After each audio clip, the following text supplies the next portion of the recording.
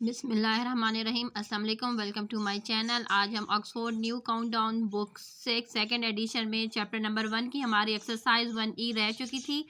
आज हम exercise 1E complete करेंगे। एक्सरसाइज 1E का क्वेश्चन नंबर 1 है फिल इन दी ब्लैंक्स। आज हम फिल दी ब्लैंक्स पढ़ेंगे।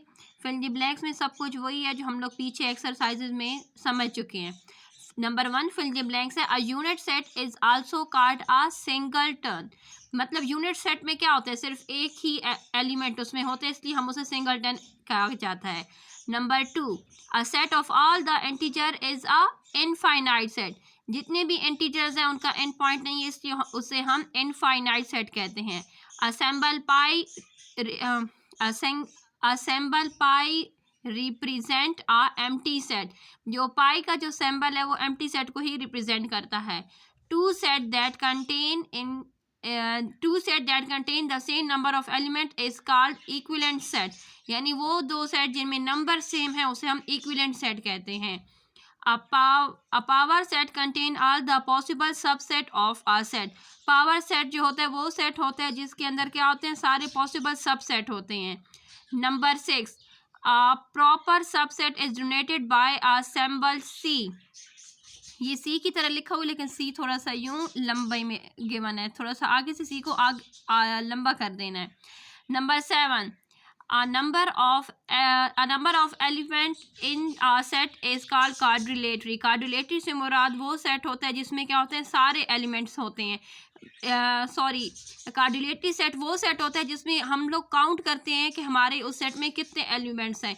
जैसे कि इसी बुक के ऊपर हमारे पास इसकी डिफिनेशन गिवन है कि क्वाड्रिलेटरल सेट वो सेट होता है जिसमें हम एलिमेंट्स काउंट करते हैं। जैसे यहाँ पर हमारे पास सेट ए है जिसमें है ABCD, लेकिन क्या है ABCD कितने हैं, हमारे पास है 4 एलिमेंट्स हैं, तो इसलिए हम क्या कहेंगे, quadrilateral of set A is 4।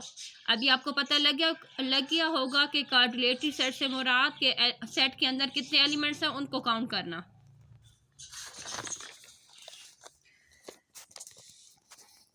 Part number 8 है। A set A is 1 2 3 is a subset of set B 1 2 3 and 4। क्योंकि ए सेट में 3 तक है हमारे पास नंबर और बी सेट में 4 तक है, तो हम क्या कहेंगे, सेट ए क्या है, सबसेट है सेट बी का। Overlapping set have at least 1 common element. Overlapping set वो सेट होता है जिसमें सिर्फ और सिर्फ हमारे पास 1 ही कॉमन एलिमेंट होता है। The universal set for a, हमारे पास जो यूनिवर्सल सेट है ए का वो है ए 1 2 3 1 3 5 एंड बी है 2 4 6। असल में जो यूनिवर्सल सेट वो सेट होता है जिसमें क्या होता है, नंबर्स को अपनी तरतीब में देना होता है।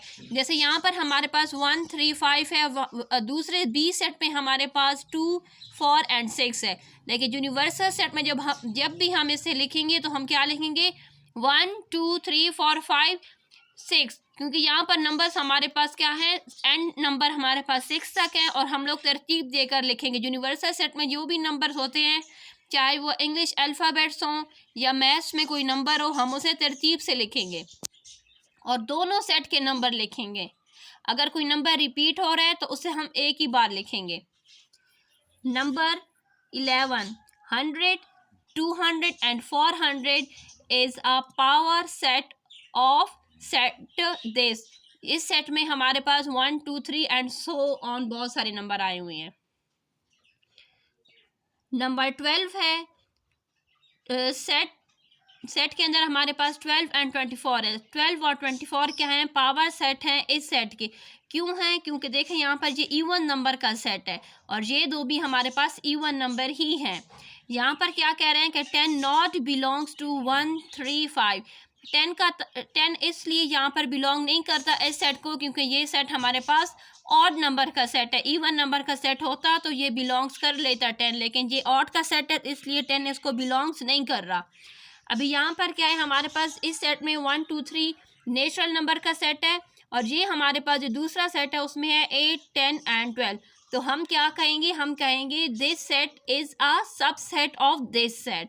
ये वाला जो सेट है ये सबसेट है क्योंकि इसके नंबर जितने भी एलिमेंट्स इसमें गिवन है वो सारे इस सेट में मौजूद हैं। नंबर 15 में 1 3 5 इज इक्वल टू 3 5 1। ये तो हमें पता है कि इक्वल सेट कौन सा सेट होता है, वो सेट होता है जिसमें सेम वही नंबर दूसरे सेट में मौजूद होने चाहिए। तादाद नहीं, नंबर, तादाद के साथ नंबर भी सेम होना चाहिए। नंबर 16, कौसार, लाहौर, मुल्तान। अब ये देखें, ये कौसार, लाहौर, मुल्तान क्या है? हमारी पाकिस्तान की जो सिटीज़ हैं उनके नाम है। ये क्या है? पावर सेट है हमारे पाकिस्तानी सिटीज़ का। नेक्स्ट हमारे पास आ गया नंबर 17। नंबर 17 में क्या है? ए एंड बी, और दूसरी तरफ है वावल्स ऑफ इंग्लिश अल्फ़ाबेट। अभी ये देखें, क्या ये दोनों बराबर हो सकते हैं? बिल्कुल भी नहीं हो सकते बराबर, इसलिए नॉट इक्वल आया हुआ है, क्योंकि ये देखें यहाँ पर सिर्फ ए एंड बी और ये वावल्स हैं। वावल्स में ए ई आई ओ यू आता है, ना कि ए और बी आता है। इसके साथ क्वेश्चन नंबर 1 कंप्लीट हो गया। अब हम क्वेश्चन नंबर 2 की तरफ चलते हैं। क्वेश्चन नंबर 2 है, वे state whether the followings are true और फॉल्स। हमने बताना है कि ये जो हमारे पास स्टेटमेंट्स हैं, क्या ये ट्रू हैं या ये फॉल्स हैं। If A is A B C D E and B is B D E, then B is a subset of A. तो क्या ये बी इसका सबसेट है? तो बी इसका सबसेट नहीं है। अब हमारा question part number 2, there can be no 1-to-1 corresponding. कहते हैं कि यहाँ पर कोई 1-to-1 कॉरेस्पॉन्डिंग नहीं है। तो ये गलत कह रहे हैं, क्योंकि हमारे पास जो सेट ए है उसमें ए बी सी 3 ही हैं एलिमेंट्स, और जो सेट बी है उसमें 1 2 3 हैं। तो क्या है? 1-to-1 कॉरेस्पॉन्डिंग तो है ना, क्योंकि हमने डिफिनेशन में पढ़ा हुआ है कि 1-to-1 कॉरेस्पॉन्डिंग से मुराद कि यहाँ पर भी 3 एलिमेंट्स है, यहाँ पर भी 3 है।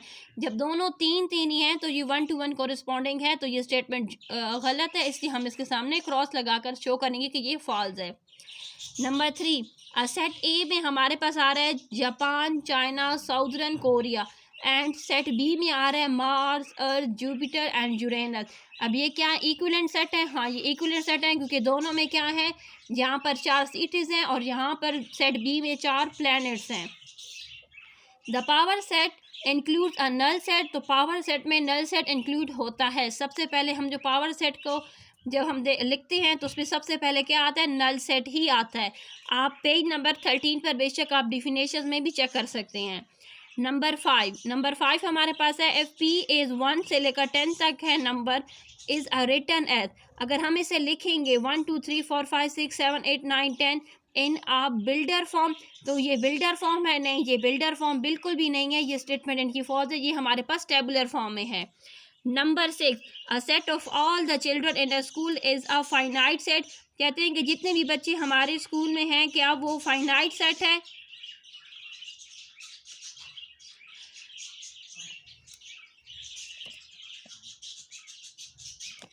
ये स्टेटमेंट ट्रू है, क्योंकि हमारे स्कूल में जितने भी बच्चे होते हैं वो फाइनाइट सेट होते हैं, क्योंकि हमें उनकी तादाद का पता होता है। Number 7, a set of all the beautiful cities of the countries is a well defined set.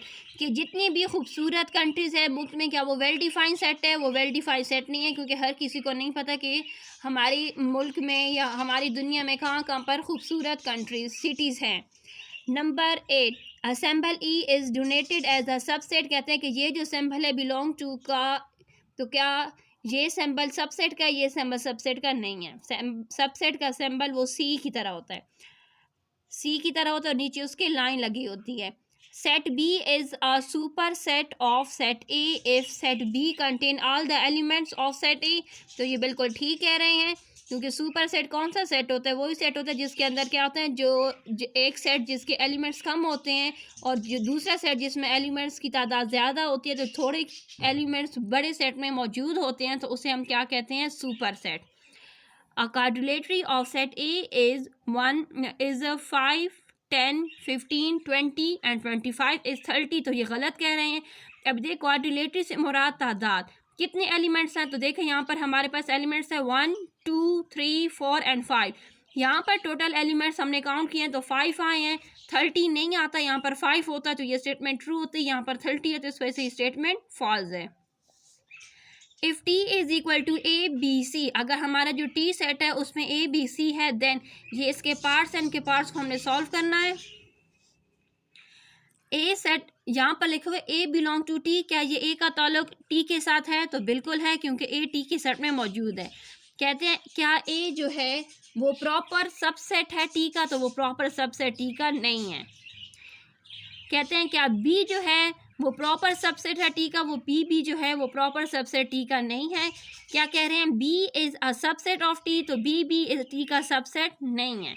यहाँ पर आए हुए सेट ए, यानी set A is a subset, sorry, set A is a proper subset of T, तो ये बिल्कुल ठीक कह रहे हैं। जब ब्रैकेट के अंदर होगा तो स्टेटमेंट हम कहेंगे ये ठीक है। जब ब्रैकेट के बगैर वैसे ही लिखा हुआ होगा जैसे यहाँ पर बी एंड सी पॉइंट पर दिए हुए, तो वो फॉल्स है। नंबर एफ है B and A and B is a subset, is a proper subset of T, तो ये बिल्कुल सही है स्टेटमेंट, ये वाकई ये इसका प्रॉपर सबसेट है।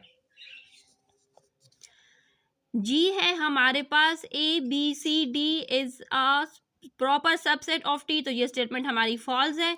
एच पर हमारे पास आ चुका है कि empty set is a not a proper subset of T, तो ये फॉल्स है, ये हमारी statement.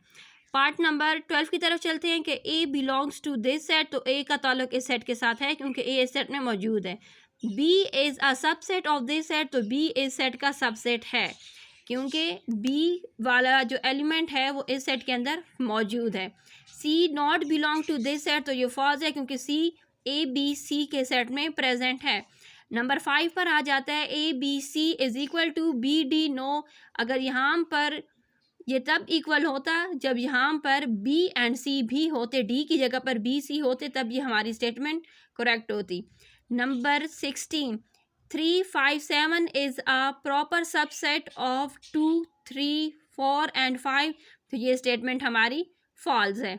Number 17 1 2 is a not a proper subset of this set, तो ये स्टेटमेंट हमारी ट्रू है क्योंकि यहाँ पर 1 आए हुए और इस सेट के अंदर 1 मौजूद नहीं है। इसके साथ हमारा चैप्टर नंबर 1 कंप्लीट हो जाएगा और साथ में एक्सरसाइज भी कंप्लीट हो गई है। ये जो डिफिनेशंस हैं ये आप लोगों को एक्सरसाइज से पहले जो डिफिनेशन लिखी है आप ये डिफिनेशन नोट कर सकते हैं। इसके साथ हमारा ये चैप्टर नंबर 1 कंप्लीट हो चुका है। काइंडली मेरी वीडियोस को लाइक किया करें, वीडियोस आपके लिए इतनी मेहनत के साथ बनाई जाती हैं, आप अपना लाइक करके मेरी हौसला अफजाई कर सकते हैं और मेरे चैनल को भी सब्सक्राइब किया करें। अल्लाह हाफिज़।